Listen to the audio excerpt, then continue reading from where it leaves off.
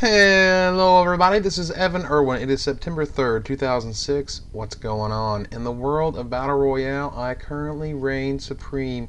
Yes, even you may one day create a deck that provides that unfortunate 20% matchup for the opposing deck. You know what I'm talking about, the Solar Flare versus Heartbeat and Zoo versus their mana base. Anyway, today I want to talk about being cheap. Specifically, I want to harken back to the days of old. You remember those hazy dreams of Lightning Bolt and Hypnotic Spectre off that delicious first turn Dark Ritual? Few things were as sweet. Well, that and Hymn to Turok and Drain Life and the most brokenly brokenest of OMG brokenosity, Necropotence. Yes, there are things that are better than this little combination. The whole Dark Ritual, draw a bunch of cards, own a bunch of tournaments and pro tours. But you know, in today's world, it's all about the tempo. The Remand, the Condemn, the first turn of Samaru. No business like show business, am I right?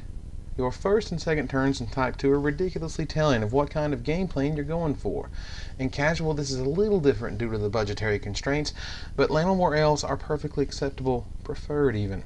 No, my deck today wants the burn. It wants the heat, the fire, the temptation, the damage that can only be brought in by the red mana you know and love. Did you know Incinerate's coming back? Seriously, next summer it's going to get stupid up in this here Type 2. Troll Ascetic versus Paladin Non-Vec versus Platinum Angel versus that crazy time spiral stuff? Come on now, how is this not the most ridiculously insane land search of all time? Are we really so spoiled in the power level department? Rampant growth was good before, except now it's free. Skip your land drop, terms and conditions apply. Oh yes, back to the deck. You see, this deck is cheap, and I don't mean I so broke I got 8 cents in a cheeseburger. I mean like unfair, silly, kind of mean almost. Think cheap like cheap shot, like a sucker punch. Because I don't think you're ready for this jelly. Cheap is a 75 card deck total with quite a few burn spells and an average mana cost of 1.83. Let's take a look. It has 2 Blaze, 4 Boros Garrison, 4 Boros Signet, 3 Char, 3 Flames of the Blood Hand, 4 Frostling, 4 Howling Mine, 4 Lava Spike, 3 Lightning Helix, 13 Mountain, 4 Scorched Rusalka, 3 Seal of Fire, 2 Sky Knight Legionnaire, a single snow-covered mountain, 2 Threaten, and 4 Volcanic Hammer. In the sideboard it has 1 Flames of the Blood Hand, 1 Lightning Helix, 4 Pyroclasm, 3 Pyromantics, 2 Threaten, and 4 Yamabushi's Flame. Yes, ladies and gentlemen, those are 18 lands, 4 of which are Karus, and 4 other mana sources via the Signets. I played with a dangerous mana base before with the Second Coming, and I'm playing dangerously here. No guts, no glory, right? Let's take a look at the raw, delicious chunks of burn we have here. We feature no less than triplets of Char. Char is the premier burn spell. Yes, you will pay $4 a piece for these. You are a Magic player. You're hooked on the sauce. Give in a little. You're paying $25 for a Battle Royale experience. Don't short yourself and just throw in shocks. There is only one spell who matches the 3 mana 4 damage formula other than Char, and that is Flames of the Blood Hand, of course. I mean, look at that ugly mother. Some people spend their whole budget on Luxon Hierarchs. Others work in equipment. Me? I just kill people. Lava Spike is your basic cheese spell. Comes drizzled with the finest cheddar, ready to whet your appetite and get them closer to death. Seal of Fire is there for those pesky things like ninjas. Annoyances like first turn mana sources, and should be used to clear the way for your beat sticks.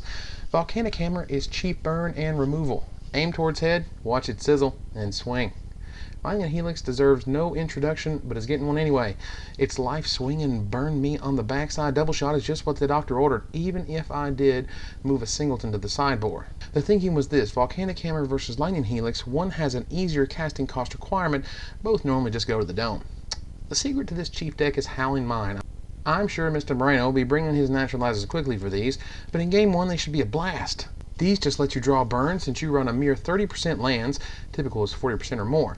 Howling Mine, as you may know, has a long history with Magic and has been printed in every basic set since the existence of the game, and personally I prefer the original picture. Take those teeth. We only run 3 creatures in this deck, and they're for utilitarian, economic, and beat stick purposes. They perform their tasks very well, and I'll show you how. Sky Knight Legionnaire is a stick of the beat. He flies in, rocks the world, and flies out. Usually dies to something horrible. We don't speak of it. Frostling has been a favorite whipping boy of mine ever since I began playing with him. This sort of neutered Mog fanatic, which is coming back in the next edition, yeah? Has been taking down tutus and dark confidants and birds of paradise since he was first cracked at the pre-release, and he does no different here. Frostling gets in the beats, few people wish to block him, and doubling up he can destroy 4/4s and up. Well, okay, just 4/4s. Scorched Rusaka, however, wow, what a wonderful creature. The best one-drop red creature in Type 2, except that silly ape guy who needs forests to be awesome. So is he really a red creature? Regardless, Scorched Rusaka provides what I like to call guaranteed damage. No matter what happens, if she's resolved, she's trading 1 point of damage to the dome. Mana provided, of course. Better yet, the Frostlings that may be at a standoff suddenly become guaranteed damage as well. Please note, if guaranteed damage is a trademark poker term, my apologies to the great Jordy Tate. So where were we? With an empty board, Scorched Rusaka provides its own damage, your other creature's damage, and 1 additional damage for each creature you control. Of course, you can't tap down the wrong mana, else you risk being face-fettered into oblivion. But anyway, lastly, Threaten is just amazing. Threaten is a card which allows this deck to beat my previous creation. Take, for example, this saucy play. You have a Scorched Rusaka in play, and they have a Tidespout Tyrant and a Blazing Archon. You have a total of 5 mana. Here's what you do. Threaten target Tidespout Tyrant. Play the Seal of Fire in your hand. Bounce the Blazing Archon. Did I mention you have a seal in hand? Swing with Scorched Rusaka and Tidespout Tyrant, and at the end of combat, pay a red mana and sacrifice Tidespout Tyrant to do 1 more to the dome. Hopefully you've won by that point. I guesstimate you'll see anywhere between 12 and 16 damage of burn in your hand by turn 3 as it is. The sideboard is pretty vague, but I'll give it a whirl. Pyroclasm is for the weenies, which of course kills your own, but should you know how not to screw yourself there, and additional Flames of Blood Hands for those decks that maybe run life gain. Threaten comes in against the big beef, and Yamabushi's Flame, well, my mama said, never leave the house without a little extra burn in my back pocket, just in case. Now you've seen the deck. You know how it's like Timmy circa 1996. You're kind of smiling, thinking to yourself, man, this is some sad stuff. You may very well be right. Well, let's get serious for a second. This deck is very much based on the philosophy of fire. Props to Mr. Flores for being the one who put down the immortal words cards equal damage equals win. And the original philosophy of fire had much better creatures such as Flame Tongue Kavu and Skizik, and the idea that each card was worth X damage. X damage equal the number of damage it can do per game. While Frostling only appears to be a 1/1, it can do up to 4 damage per game all by itself. A few turns of no blocking gets me closer to my goal. Therefore, Frostling could be replaced with Shock if it only averaged 2 damage per game, as I would be investing the same amount of mana for the same results, 2 damage. However, as Frostling solves a lot of problems and deals damage and chump blocks, it's worth it to me to keep it around even if it may only average 1 to 2 damage per game. Meanwhile, this deck runs 22 burn spells that combined could deal 12, 12, 12, 12, 9, 6, 63 damage total. That's not even counting Blaze, nor the damage provided by Scorched Rusaka, or Threaten, or my sideboard. All in all, good shape, right? Let's see how I did in the test games in the casual room on Moto.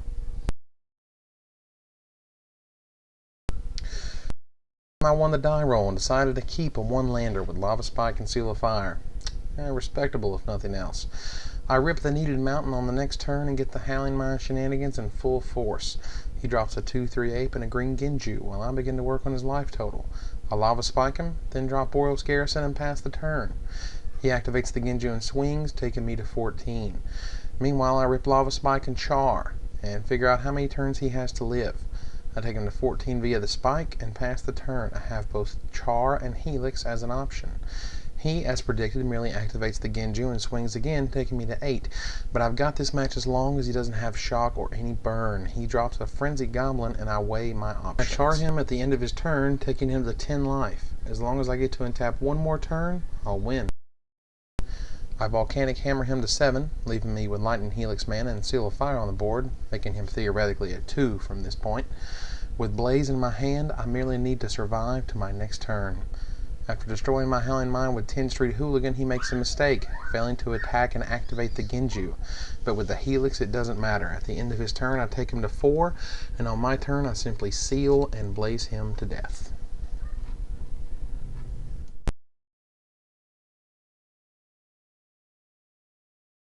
Time I have for today. Be sure to show up at the allotted time and watch this deck succeed or fail spectacularly. Either way, I'll be there with camera on and microphone at the ready. As usual, you've been a lovely audience. Thanks for watching. Take it easy. P.S. Demon fire you.